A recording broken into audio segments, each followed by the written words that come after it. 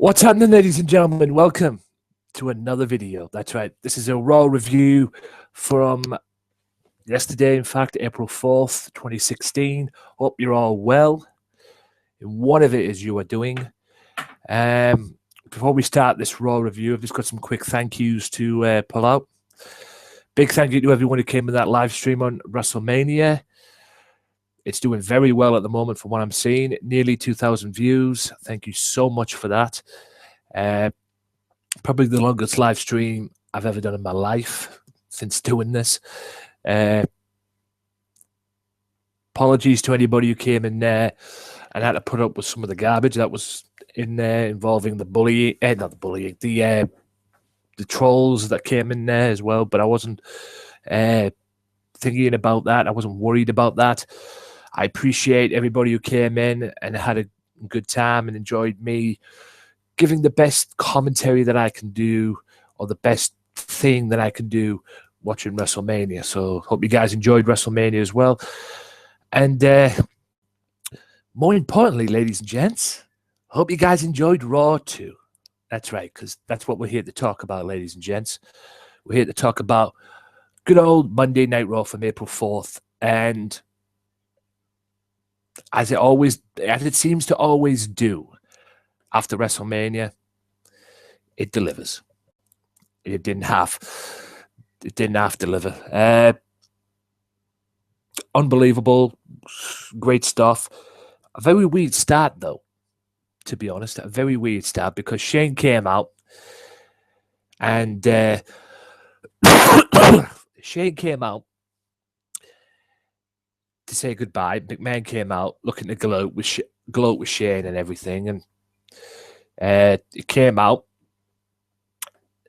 and like I say, looking to gloat, looking to stir the pot, if you will.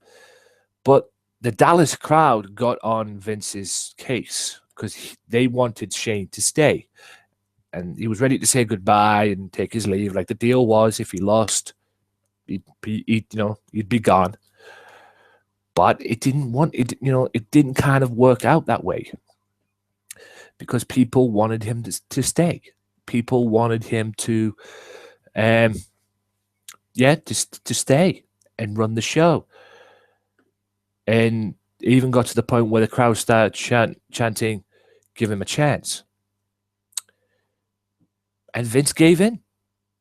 Vince gave into it and gave him a chance and allowed him to be in charge of Raw. And he did a good job. He really did a good job. Just see the... just remember who came up first. Because we had a fatal four-way, a tag team title match, the presentation of the new women's champion, of Charlotte retaining the title, now presentation to be the women's champion. We had a tag team title match, which saw the New Day defend the tag titles against King Barrett and Sheamus of the New Day. And New Day got a little bit of revenge for their WrestleMania loss because they retained the titles. But good tag match. But again, the New Day seems to one-up them any chance they'll get. Yes, it seems that the WrestleMania main event, or the WrestleMania match they had, was a fluke for the League of Nations, because they got the win. The New Day, they got the back, and they're back to normal again in terms of winning. They didn't win at WrestleMania, but they retained the belt. The story of the match, though, was not the match itself. It was after the match, because now it seems that King Barrett is officially on the verge of not only breaking away from the League of Nations after being kicked out unceremoniously by Sheamus and the crew. Apparently, Sheamus describing him as the weak link. But if you read the dirt sheets, Wade Barrett has made it crystal clear, ladies and gentlemen, that he is leaving. He is not going to re-sign with WWE. He's not going to re-sign the contract, his contract, and he's made it very clear because of the way he has been treated, the way he has been, the way he's came across, the way he's been treated, and his position in the company, he's out in June. So obviously they're starting that proceedings right now because he's kicked out Sheamus, Rusev, and Alberto Del Rio. Basically, thanks to Sheamus's bro kick, they kicked him out the group. So League of Nations has now gone from 4 to 3.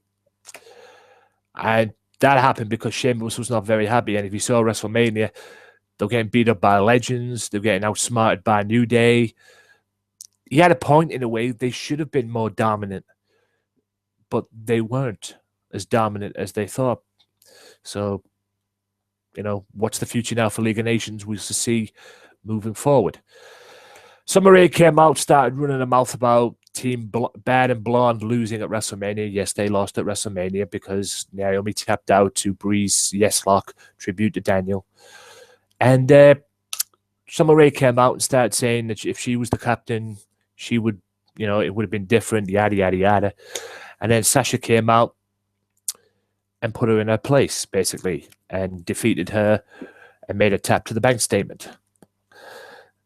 Obviously, Sasha is now looking for the women's title still because it's no longer the Divas title. Thank God.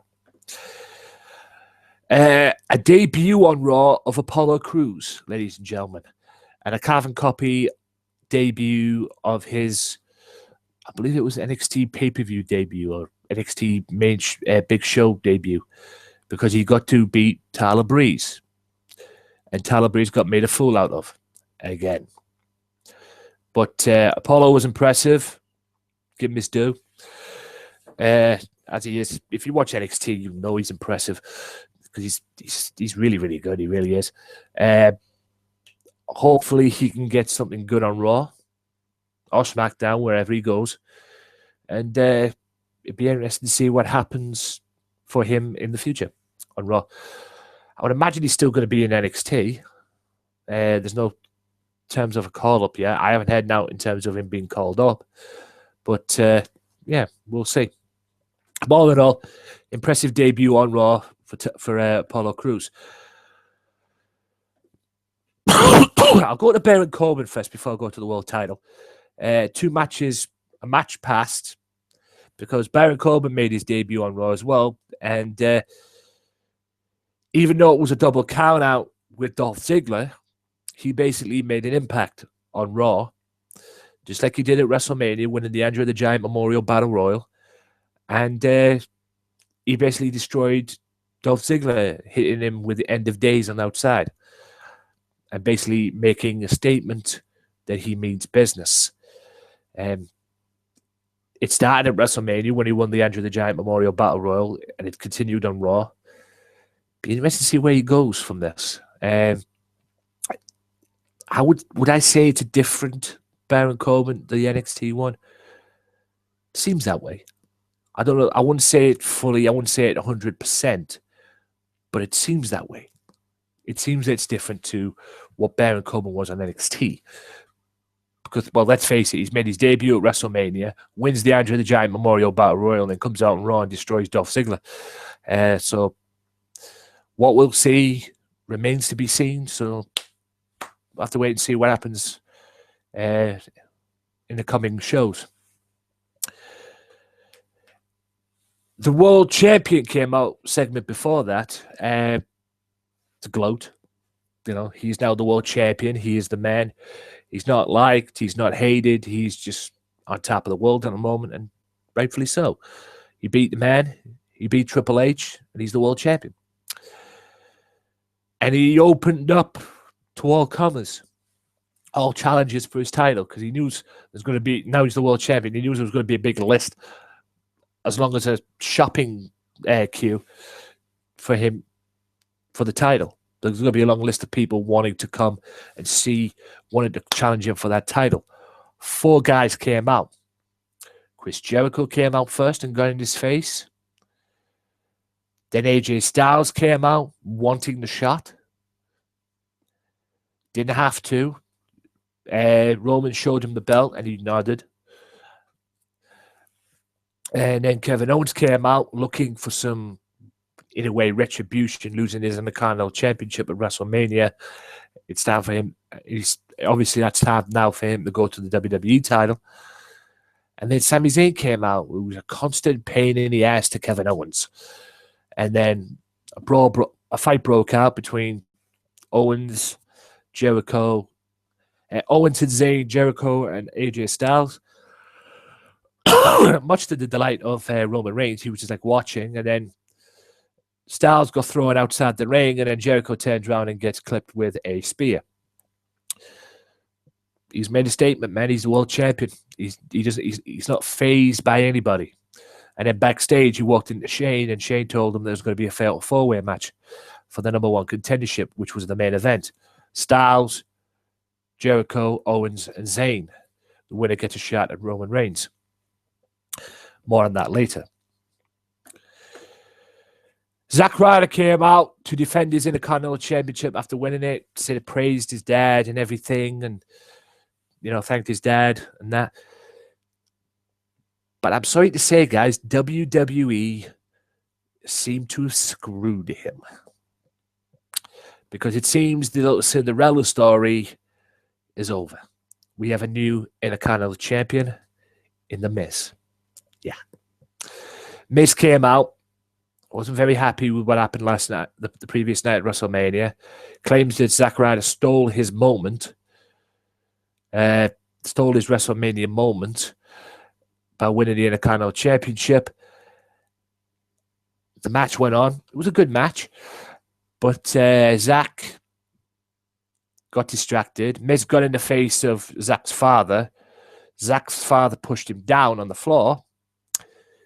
Then Zack Ryder hits him from behind. JBL running his mouth off from commentary. Big gob in the ass. Oh, you should have been arrested. This. And then, shut the fuck up, JBL. Jesus Christ. And then as Zack Ryder threw Miz back in the ring, you see towards the commentary position in the crowd, somebody pop up. And wasn't very happy about what happened. She came over and confronted Zack Ryder's father. It was Miz's wife, Maurice. Yeah, it seems Maurice is back. Got in the face of Zack's father, slapped him. Zack was distracted. Skull-crushing finale. Miz is the champ. Miz wins the Intercontinental Championship. Obviously, there's going to be a feud based off this.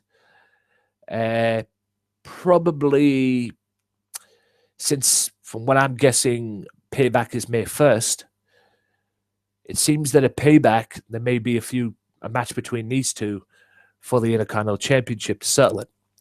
That's where I'm going with it. It hasn't been confirmed yet. That's just my assumption of this. But, yep, Zack is no longer the Intercontinental Champion. And then based off what happened on the pre-show at WrestleMania, Dudley Boyz got a little bit of revenge against the Usos, winning a tables match, but this was botched at the end. This was hilarious to me, because at the end, Usos tried to do exactly the same what they did at WrestleMania, put the Dudley Boyz through the table. After winning the match, they put him through the table, jumping off both top ropes and driving Bubba Ray and Devon through a table. Now, Dudley Boyz moved out the way. Usos went through the table. The object of a table match is to be put through a table by your opponent. As soon as the Usos went through the table, the bell rang. Got up. Dudley Boyz won. Yeah. Bubba Ray got one of the Usos, threw him through the table, and then let the timekeeper know what he thought. You could see it. It was botched. He says, now you ring the bell, shouting and screaming at the timekeeper. Now you ring the bell. What is wrong with you? So they fucked that up. But Dudley Boyz won. They got their revenge. But the match ending was botched thanks to the timekeeper. Will this feud continue? We'll see. Do I care about it? Probably not. But we'll see. But then after that, Dudley Boyz were heading back up the ring, the aisle. And they came across Enzo Amore and Colin Cassidy. That's right. They're on the Raw. They made their debut on Raw. And Big Cass and Enzo just basically insulted the Dudley boys and let everybody know that they're here on Raw to make an impact. Hopefully they'll get a tag team title run at some point, like they should have got an NXT. Whether they're still on NXT, we will see. But yeah, they got an opportunity to be on Raw, which I'm very grateful, not only grateful, very happy about as well. Charlotte was formally presented the Women's Championship. She's now the Women's Champion. Yes, for those of you that don't know, the Divas title is dead. The butterfly belt is gone. And she was formally presented with the Women's title. Yes, Daddy was at ringside, yada, yada, yada. Becky Lynch with a black eye and everything. But the thing about this, guys, the thing about this for me is, even though Charlotte was showing the Divas respect, it's all about the women's division and whatever, and it is. She started running her mouth off, and every single woman walked out and turned their back on Charlotte. All except one. Natalya. She got in the face of Charlotte and let it rip. And then Charlotte insulted her. Double leg takedown, sharpshooter attempt. She got in the sharpshooter, and then Daddy pulls her out. And then she gloats with the championship, yada, yada, yada. WWE, if there's ever a person that deserves to be women's champion in that company, it's Natalya. Please book a match between these two and have Natalya win the title. That needs to happen. That's been needing to happen for the past 12, maybe over a decade. It needs to happen, and it needs to happen now. So Charlotte, Natalya, probably a payback. Since Payback is May the 1st. Probably the next pay-per-view. I don't know where Extreme Rules has gone, but anyway. And then it was the World Heavyweight Title #1 Contenders match. Before that, Kevin Owens attacked Sami Zayn backstage, powerbombed him through a table. Sami Zayn was unable to compete, so it ended up being a triple threat match. Oh, so we thought. Shane promised a fatal four-way, and he delivered. It was AJ Styles, Chris Jericho, Kevin Owens, and Cesaro. Yes, the Swiss Superman returns.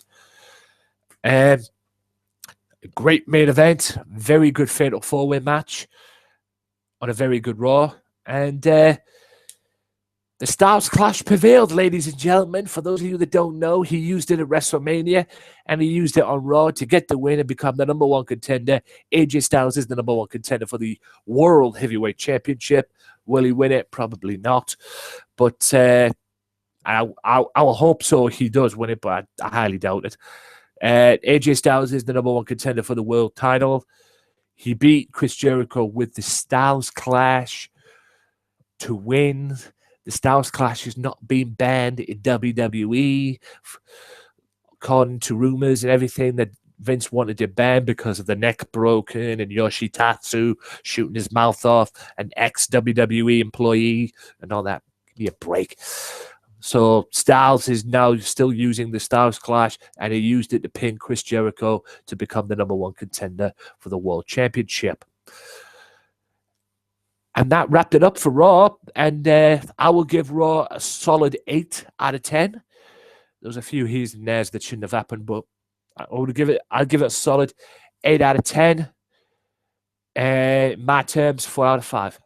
In fact, if I'm scoring out of 5, 4 out of 5, out of 10, 8 out of 10. And yeah, that only wraps it up for the Raw review, guys. That wraps it up for this video. I've got to go because I've got to go to work. I've got to get ready for work. So enjoy your rest of your day, guys. Like, share, subscribe, do all that good stuff. Show your support to this channel. Show your support to the videos. Let me know if you want to see more of these videos, which I'm sure you do. And even not, I'll still do them anyway because it's a lot easier for me. Hope you guys enjoyed Raw. I'll see if I've got anything this week as well. By the way, check out the new episode of the Wrestling Matters podcast. A 2-hour episode involving me and one Chris Dutton.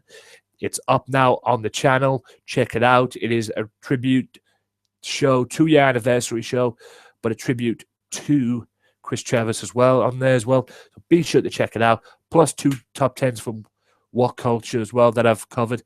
Also, let me know what you want to see on this channel. Do you want to see more live streams like I did at WrestleMania?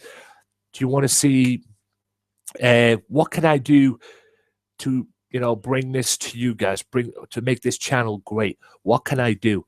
The webcast was successful. I got at least about 15 new subscribers to the channel, which is, hey, subscribers are subscribers. I got over 200 people watching. The final views overall after this webcast ended was over 200 people watching, 200 views, and they've gone up now. It's nearly 2,000. So thanks, guys. I really do appreciate it. If you want to see that webcast, link will be in the description below. My name is Anthony Walker. You have been awesome, and I'll see you guys next time. I gotta go. I gotta go to work, and I'll see you all soon. Come on, Borough. See you next time.